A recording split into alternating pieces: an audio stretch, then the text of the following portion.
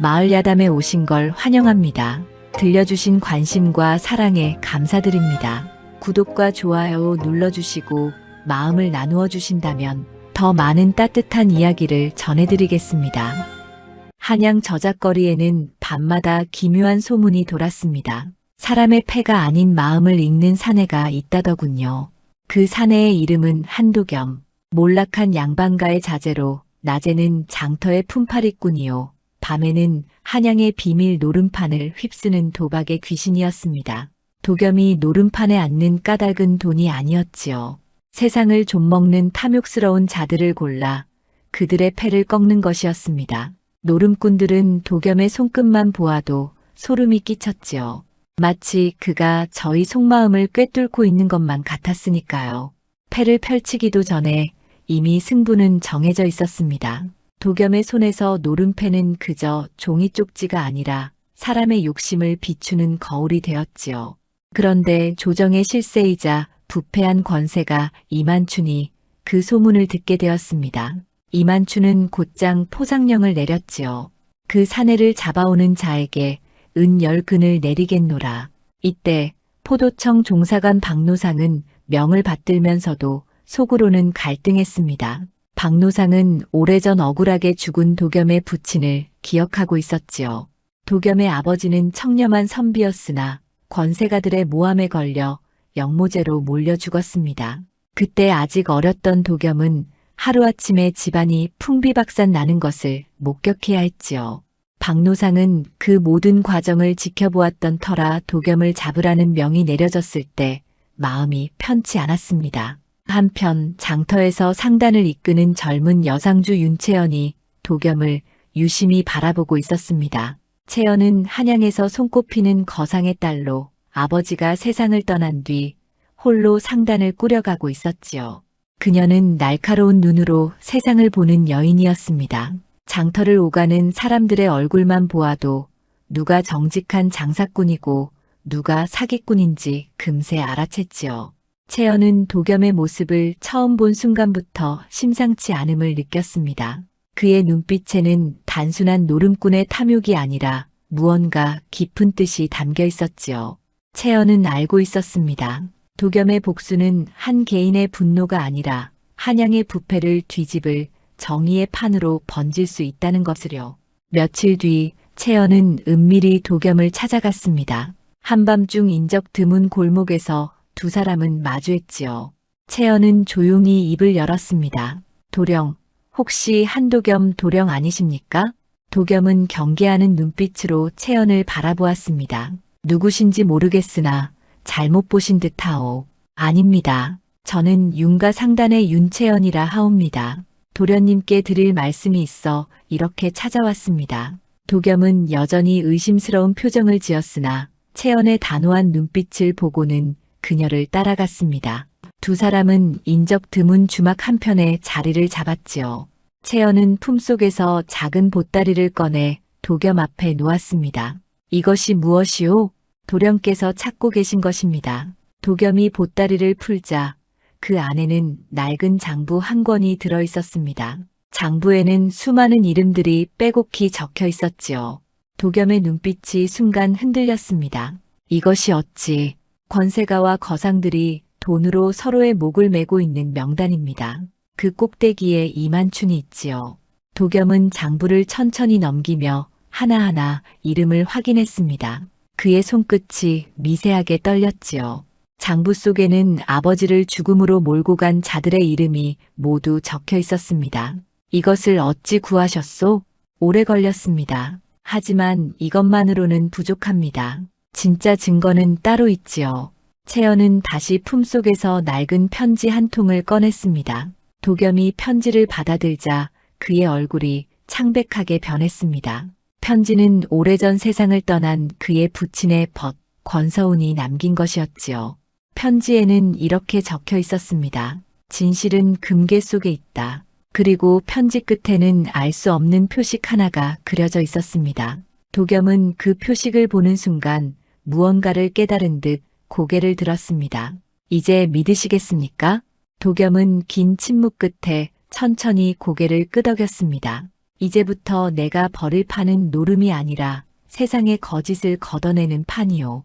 그의 복수는 이 순간부터 정의의 승부로 바뀌었습니다. 두 사람의 눈빛이 마주쳤고 밤하늘에는 달빛이 차갑게 내려앉았습니다. 며칠 뒤 채연은 도겸을 다시 찾았습니다.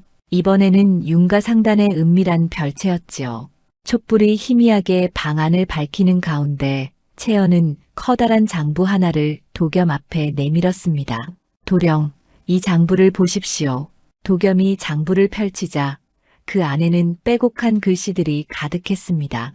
거래 내역, 금액, 날짜, 그리고 수많은 이름들이 적혀 있었지요. 채연은 조용히 설명을 이어갔습니다. 이 장부에 적힌 이름들을 보십시오. 권세가와 거상들이 돈으로 서로의 목을 메고 있습니다. 한 사람이 넘어지면 모두가 함께 넘어지도록 단단히 얽혀 있지요. 도겸은 한 장 한 장 넘기며 이름들을 확인했습니다. 조정의 고관대작부터 한양의 이름난 상인들까지 그 누구도 빠짐없이 적혀 있었지요. 채연의 손가락이 장부 맨 윗줄을 가리켰습니다. 그 꼭대기에 이만춘이 있습니다. 이만춘. 그 이름을 보는 순간 도겸의 눈빛이 차갑게 식었습니다. 바로 아버지를 죽음으로 몰고 간 장본인이었지요. 도겸은 처음에는 믿기 어렵다는 표정을 지었습니다. 이렇게 많은 사람들이 한 사람의 소나기에 놀아나고 있다니 말입니다. 이것이 정녕 사실이요? 거짓이라면 제 목을 치셔도 좋습니다. 채연의 단호한 목소리에 도겸은 다시 장부로 시선을 돌렸습니다. 그때 채연이 품속에서 또 다른 것을 꺼냈지요. 낡고 빛바랜 편지 한 통이었습니다. 도겸은 그 편지를 받아들고 펼쳤습니다. 순간 도겸의 손이 멈췄습니다. 편지의 필체가 너무나 낯익었지요. 오래전 세상을 떠난 그의 부친의 벗, 권서운이 남긴 글씨였습니다. 도겸은 떨리는 손으로 편지를 천천히 읽어내려갔습니다. 도겸에게 만약 이 편지가 내 손에 닿았다면 이미 나는 이 세상 사람이 아닐 것이다. 내 아버지의 억울함을 풀 수 있는 증거가 있다. 진실은 금괴 속에 있다. 그곳에 모든 것이 담겨 있으니 반드시 찾아내거라.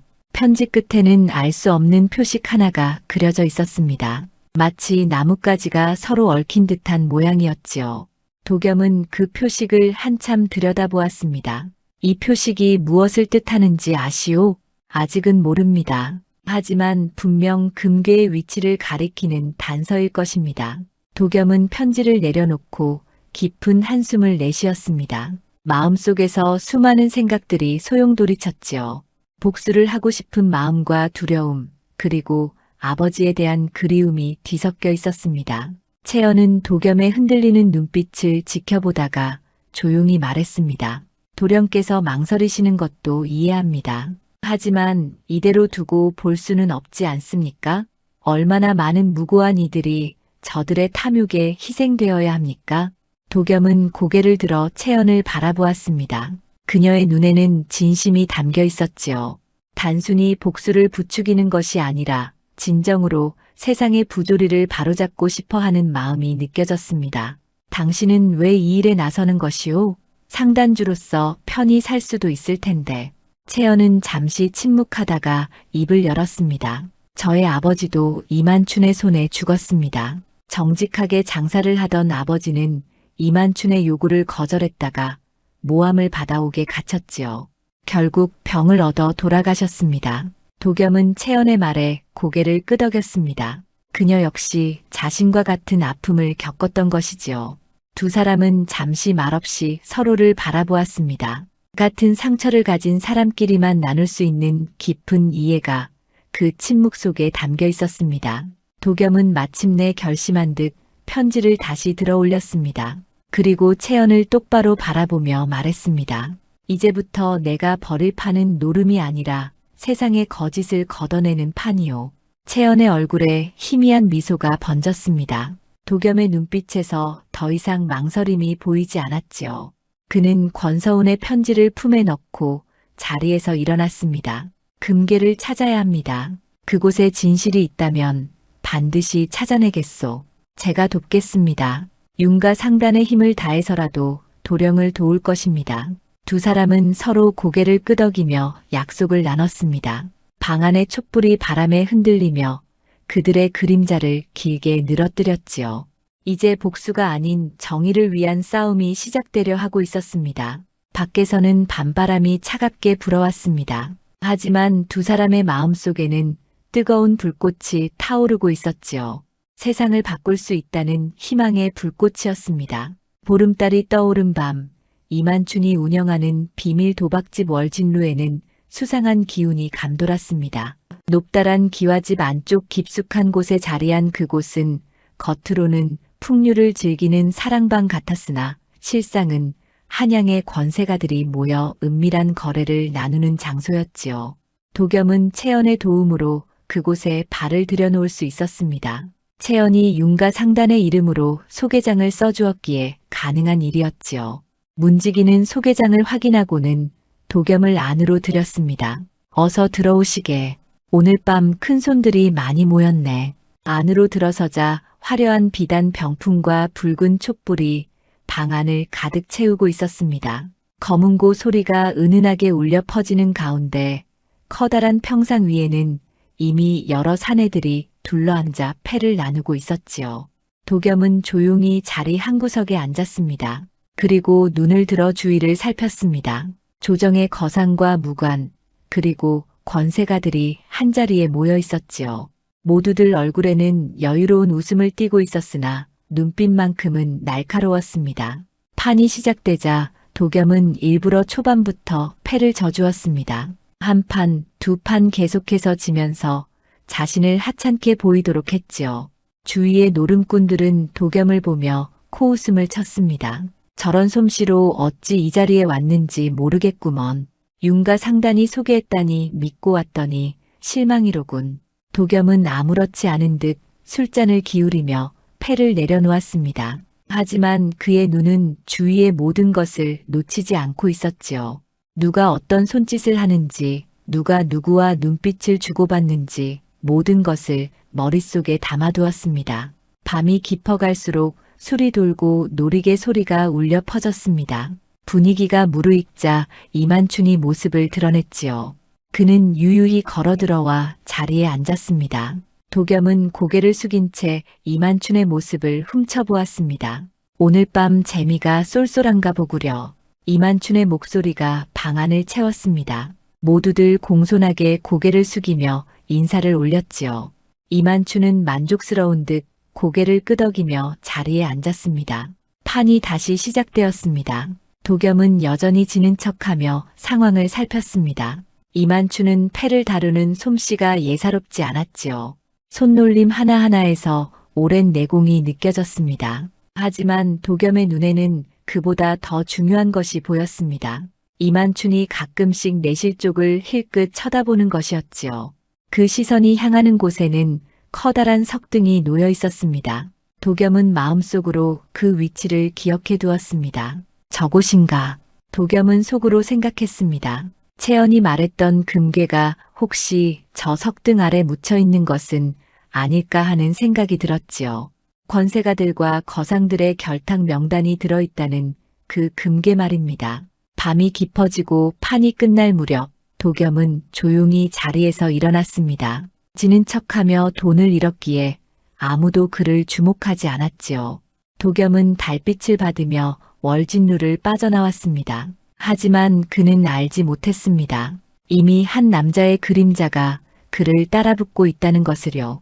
바로 이만춘의 신복 장복수였습니다. 장복수는 멀찍이 떨어져 도겸의 뒤를 밟았습니다. 달빛 아래 그의 그림자가 길게 늘어졌지요. 도겸이 골목을 돌아 사라지자 장복수는 빠른 걸음으로 뒤따라갔습니다. 도겸은 채연과 약속한 주막으로 향했습니다. 그곳에는 이미 채연이 기다리고 있었지요. 도겸이 들어서자 채연은 조용히 물었습니다. 어떠했습니까? 석등입니다. 내실 한쪽에 놓인 석등 아래 무언가 있을 것 같습니다. 채연은 고개를 끄덕였습니다. 두 사람은 다음 계획을 짜기 시작했지요. 하지만 그들은 알지 못했습니다. 주막 밖 어둠 속에서 장복수가 그들의 대화를 엿듣고 있다는 것을요. 장복수는 입가에 차가운 미소를 띠며 몸을 돌렸습니다. 그리고 어둠 속으로 사라졌지요. 그의 발걸음은 이만춘이 있는 곳을 향하고 있었습니다. 달빛은 여전히 밝았지만 그 빛 아래 드리운 그림자는 점점 더 짙어지고 있었습니다. 도겸과 채연의 앞에는 예상치 못한 위험이 도사리고 있었지요. 하지만 두 사람은 아직 그 사실을 눈치채지 못한 채 내일의 계획만을 이야기하고 있었습니다. 밤바람이 차갑게 불어왔습니다. 마치 다가올 위험을 예고하듯이 말입니다. 다음 날 저녁 도겸이 주막으로 돌아가는 길목에서 한 여인이 나타났습니다. 월진루의 기녀 매화였지요. 그녀는 화려한 치맛자락을 휘날리며 도겸의 앞을 가로막았습니다. 도령, 잠깐만 기다려 주십시오. 도겸은 경계하는 눈빛으로 매화를 바라보았습니다. 월진루의 기녀라면 이만춘의 사람일 터 함부로 믿을 수 없었지요. 무슨 일이오? 매화는 주위를 살피더니 도겸에게 한 걸음 다가왔습니다. 그녀의 얼굴에는 두려움이 어려 있었지요. 떨리는 목소리로 매화가 말했습니다. 도령, 그 금괴의 위치를 알고 있습니다. 도겸의 눈빛이 순간 흔들렸습니다. 매화는 재빨리 품속에서 작은 비단 쪽지를 꺼냈습니다. 고운 비단에 가늘게 쓰인 글씨들이 보였지요. 이것을 받으십시오. 하지만 들키면 목숨을 잃을 것입니다. 도겸은 비단 쪽지를 받아들었습니다. 펼쳐보니 그 안에는 명단이 적혀 있었습니다. 권세가들의 이름과 거래 내역, 그리고 금괴가 숨겨진 곳의 위치까지 상세히 적혀 있었지요. 매화가 몰래 베껴둔 사본이었습니다. 어찌 이런 것을. 저도 한때는 양반집 딸이었습니다. 집안이 몰락하여 이 꼴이 되었지요. 이만춘 대감은 제 아버지를 파멸로 몰아넣은 자입니다. 매화의 목소리에는 깊은 한이 서려 있었습니다. 도겸은 그녀의 눈을 바라보았습니다. 그 눈에는 복수심과 동시에 체념이 함께 담겨 있었지요. 왜 나를 돕는 것이오? 도령께서 그 판을 뒤엎으실 수 있을 것 같아서입니다. 이 글이 빛을 잃기 전 읽어두십시오. 매화는 비단 쪽지를 건네고는 몸을 돌렸습니다. 그때였습니다. 어둠 속에서 인기척이 들렸지요. 매화의 얼굴이 창백하게 변했습니다. 들켰습니다. 어서 가십시오. 하지만 어서요. 매화는 도겸을 밀쳐내며 반대 방향으로 뛰기 시작했습니다. 도겸이 그녀를 부르려는 순간 장복수가 부하들을 이끌고 나타났지요. 저기 있다. 놓치지 마라. 장복수의 목소리가 밤하늘을 갈랐습니다. 매화는 있는 힘껏 달렸지만 곧 포위당하고 말았습니다. 도겸은 숨어서 그 광경을 지켜볼 수밖에 없었지요. 비단 쪽지를 품에 꼭 안고 이를 악물었습니다. 장복수는 매화 앞에 섰습니다. 차가운 눈빛으로 그녀를 내려다보며 물었습니다. 누구에게 주려던 것이냐? 매화는 대답하지 않았습니다. 그저 고개를 들어 하늘을 바라볼 뿐이었지요. 달빛이 그녀의 얼굴을 비추었습니다. 장복수가 칼을 뽑아들었습니다. 마지막으로 묻겠다. 누구냐? 모르는 사람입니다. 그저 지나가는 이에게 부탁했을 뿐입니다. 매화는 거짓말을 했습니다. 도겸을 살리기 위해 스스로 미끼가 되기로 한 것이지요. 장복수는 코웃음을 쳤습니다. 어리석은 계집. 칼이 번쩍였습니다. 매화의 몸이 천천히 무너졌지요. 하얀 비단 치맛자락이 바람에 흩날렸습니다. 그녀는 쓰러지면서도 미소를 지었습니다. 도겸은 어둠 속에서 주먹을 불끈 쥐었습니다. 분노와 슬픔이 가슴을 짓눌렀지요. 하지만 지금 뛰쳐나간다면 매화의 희생이 헛되이 될 것이었습니다. 매화는 마지막 숨을 고르며 중얼거렸습니다. 이 판은 돈을 따는 판이 아닙니다. 진실을 드러내는 판입니다. 그녀의 목소리는 바람에 실려 사라졌습니다. 도겸은 그 말을 가슴 깊이 새겼지요. 장복수와 부하들이 자리를 떠난 뒤에야 도겸은 조심스럽게 매화에게 다가갔습니다. 이미 그녀는 차가워진 뒤였습니다. 도겸은 그녀의 눈을 조용히 감겨주었습니다. 그리고 품속의 비단 쪽지를 꼭 쥐며 맹세했습니다. 반드시 이 판을 뒤엎겠소. 당신의 희생을 헛되게 하지 않겠소. 도겸은 매화의 시신을 조심스럽게 안아 인근 암자로 옮겼습니다. 승려에게 부탁하여 장례를 치러달라고 했지요. 그리고 다시 채연을 찾아갔습니다. 채연은 도겸의 굳은 표정을 보고 무슨 일이 있었음을 직감했습니다.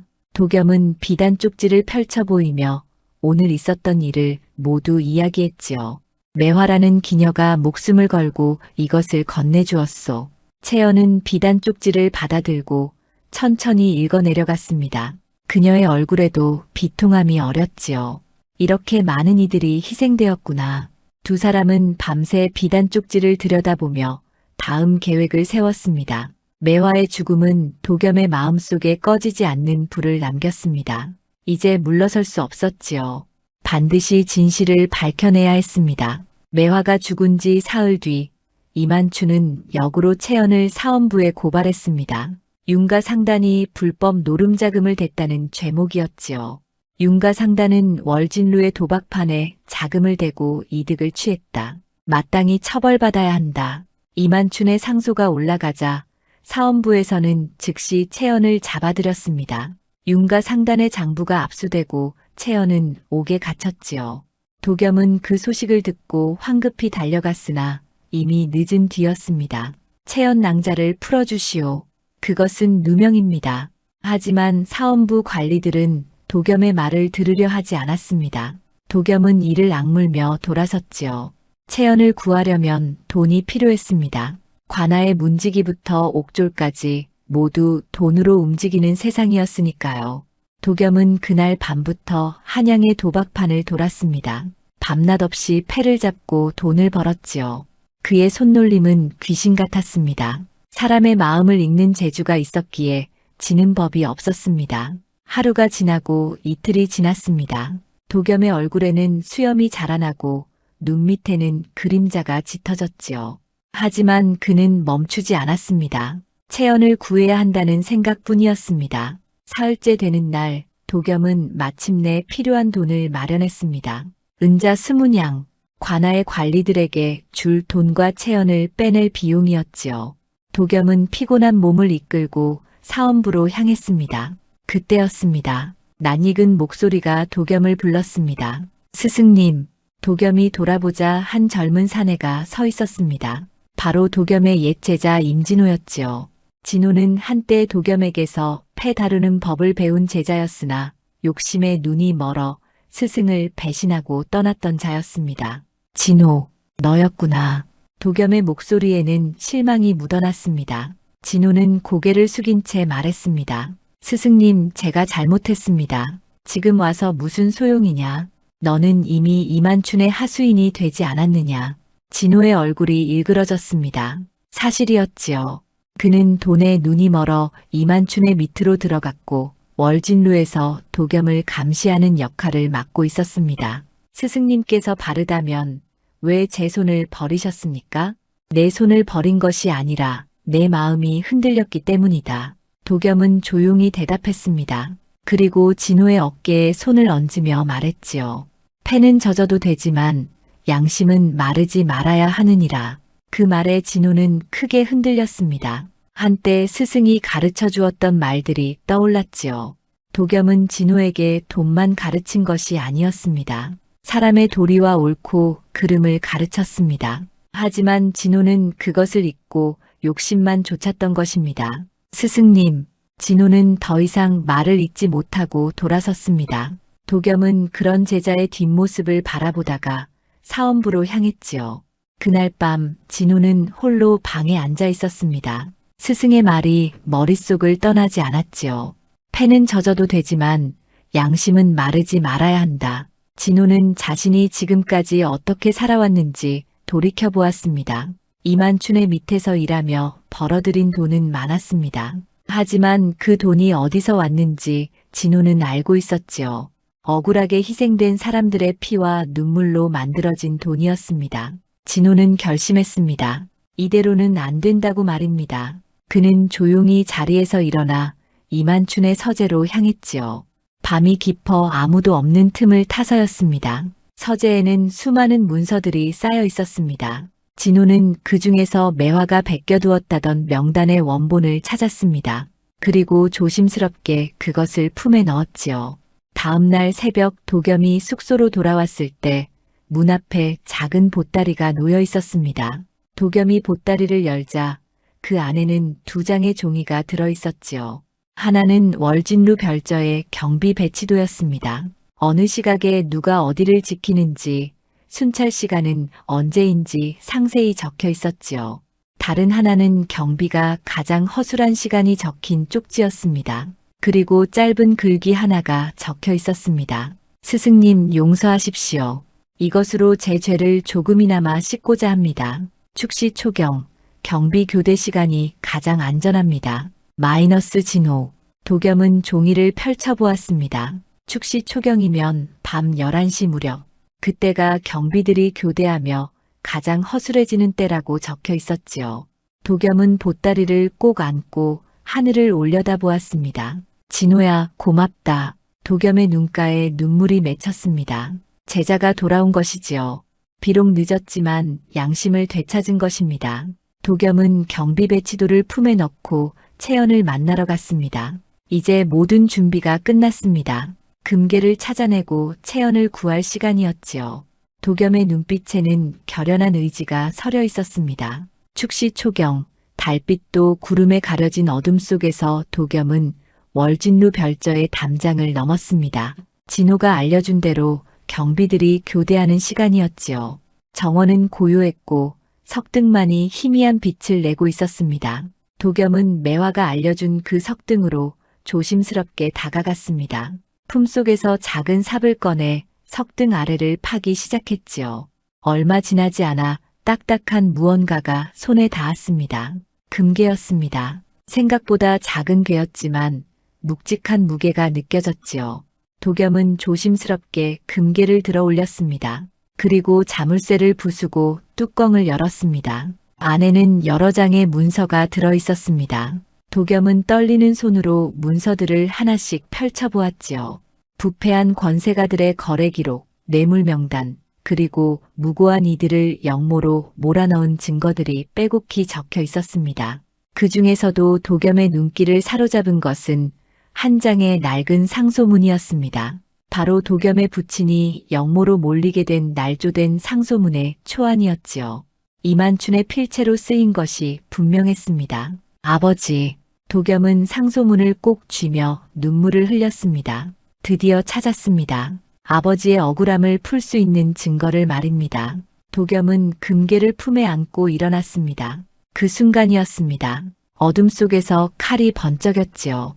도겸은 재빨리 몸을 피했으나 어깨에 칼이 스쳤습니다. 장복수가 자객들을 이끌고 나타난 것이었습니다. 내 놈이 여기까지 올 줄 알았다. 장복수의 차가운 목소리가 정원에 울려 퍼졌습니다. 자객들이 사방에서 도겸을 애워쌌지요. 도겸은 금괴를 꼭 안고 뒷걸음질 쳤습니다. 이제 내 목숨이 금보다 값지다. 장복수가 손을 들자 자객들이 일제히 칼을 뽑았습니다. 도겸은 사면초가였지요. 금괴를 지키면서 빠져나갈 방법이 없었습니다. 칼끝이 번쩍이며 도겸을 향해 날아왔습니다. 도겸이 눈을 감는 순간 누군가가 앞을 가로막았지요.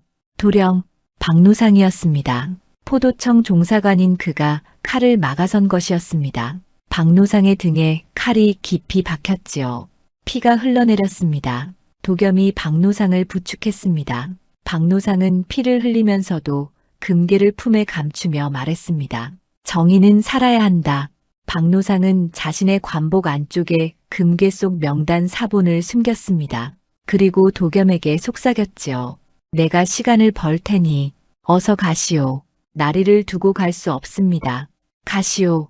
이것을 세상에 알려야 합니다. 박노상은 도겸을 밀치고 장복수에게 달려들었습니다. 자객들이 박노상을 애워쌌지요. 도겸은 이를 악물고 담장을 넘었습니다. 뒤에서 칼 부딪는 소리와 비명이 들려왔습니다. 도겸은 달렸습니다. 피눈물을 흘리며 달렸지요. 박노상의 희생을 헛되게 할 수 없었습니다.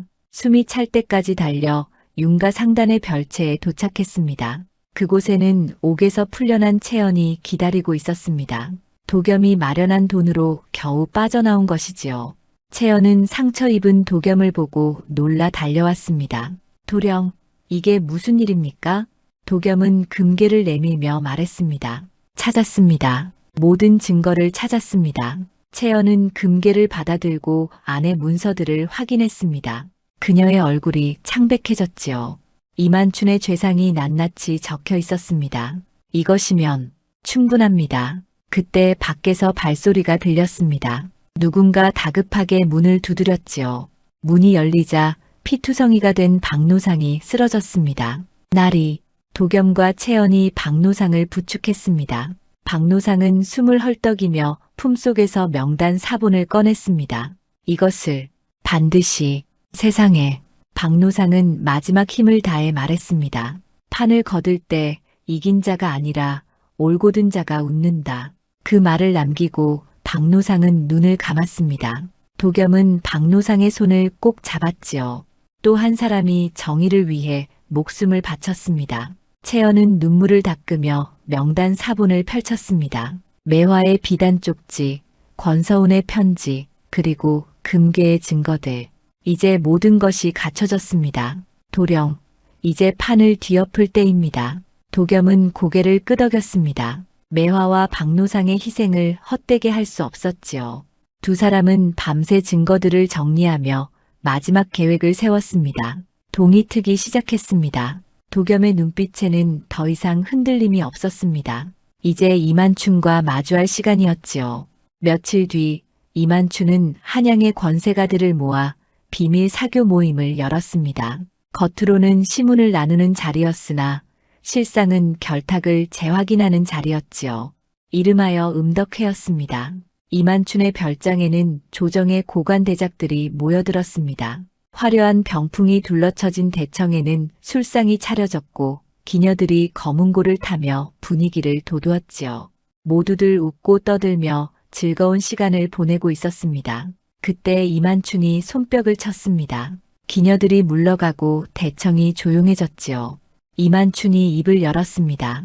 여러분, 오늘 특별한 손님을 모셨습니다. 문이 열리고 도겸이 들어섰습니다. 권세가들은 수군거렸지요. 한낱 노름꾼이 이 자리에 왔다니 말입니다. 이만춘은 도겸을 바라보며 말했습니다. 한도겸, 내가 무슨 짓을 꾸미는지 다 알고 있다. 하지만 오늘은 특별히 기회를 주겠다. 이만춘은 바둑판을 가리켰습니다. 그리고 차갑게 웃으며 말했지요. 패로 내 목숨을 걸어보지 않겠느냐? 내가 이기면 내 부친의 누명을 벗겨주지. 도겸은 잠시 망설이다가 고개를 끄덕였습니다. 권세가들이 둘러앉는 가운데 두 사람은 마주 앉았지요. 밀실 안에는 긴장감이 감돌았습니다. 판이 시작되었습니다. 이만춘의 손놀림은 귀신 같았습니다. 수십 년 권모술수로 단련된 솜씨였지요. 하지만 도겸도 만만치 않았습니다. 두 사람의 승부는 숨조차 막힐 만큼 팽팽했습니다. 시간이 흘렀습니다. 이만춘의 이마에 땀방울이 맺혔지요. 도겸은 조용히 패를 내려놓으며 말했습니다. 패는 눈으로 보는 것이 아니라 마음으로 가르는 것입니다. 그 순간 밖에서 소란이 들려왔습니다. 문이 벌컥 열리며 채연이 사원부 관리들과 함께 들어섰습니다. 그녀의 손에는 박노상이 지켜낸 명단 사본과 매화의 비단 쪽지, 권서운의 편지, 그리고 금괴의 문서들이 들려 있었지요. 이만춘 대감, 당신의 죄를 낱낱이 밝히겠습니다. 채연은 문서들을 펼쳐 보였습니다. 사원부 관리들이 하나하나 확인했지요. 권세가들의 결탁 명단, 뇌물거래 기록, 그리고 무고한 이들을 역모로 몰아넣은 증거들이 모두 드러났습니다. 이것이 어찌된 일이냐? 이만춘이 벌떡 일어섰습니다. 하지만 사원부 관리들이 그를 애워쌌지요. 도겸이 조용히 말했습니다. 대감, 판은 이미 끝났습니다. 당신이 졌습니다. 이만춘의 얼굴이 새하얗게 질렸습니다. 음덕회에 모인 권세가들도 안색이 변했지요. 사원부 관리들은 명단에 적힌 이름들을 하나씩 불렀습니다. 김판서, 이첨지, 박참판, 모두 이 자리에서 움직이지 마시오.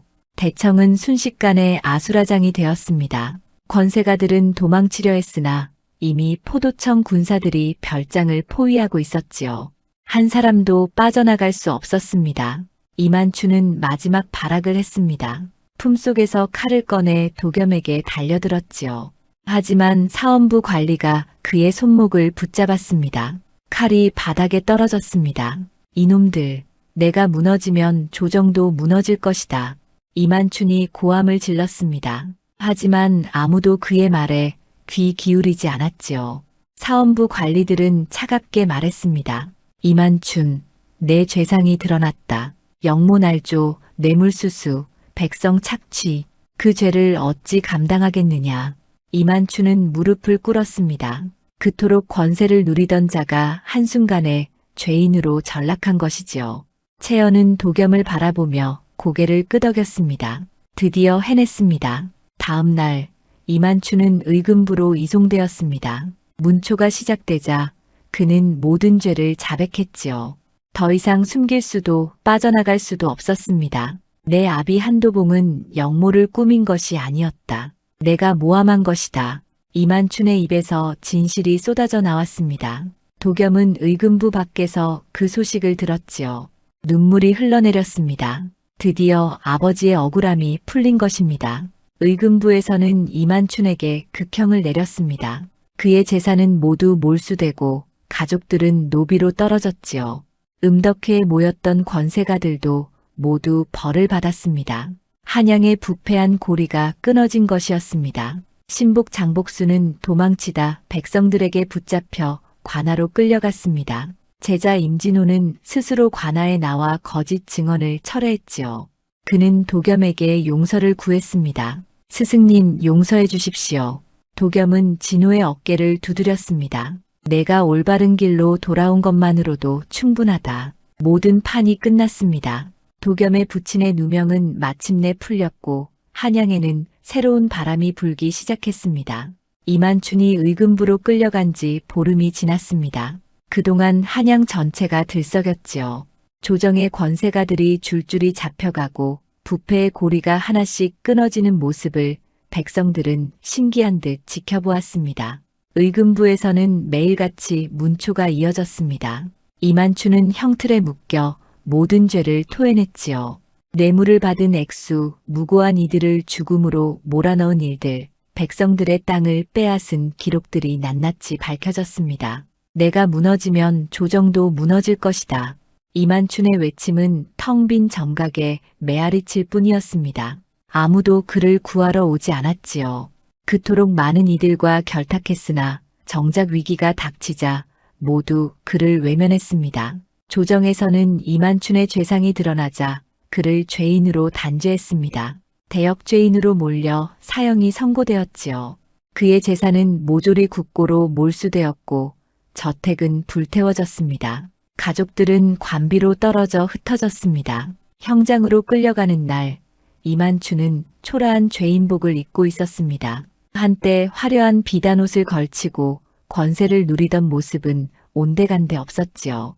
백성들은 거리에 늘어서서 그를 향해 야유를 보냈습니다. 저 죄인이 우리 땅을 빼앗아간 놈이다. 우리 아버지를 죽인 원수다. 이만춘은 고개를 들 수 없었습니다. 자신이 저지른 죄의 무게가 얼마나 큰지 비로소 깨닫게 된 것이지요. 형장에 도착하자 망나니가 칼을 들었습니다. 도겸은 멀찍이 떨어진 곳에서 그 광경을 지켜보았습니다. 복수를 이루었으나 마음이 편하지만은 않았지요. 채연이 옆에 서서 조용히 말했습니다. 도령, 후회하십니까? 아닙니다. 다만 이렇게까지 되어야 했나 하는 생각이 듭니다.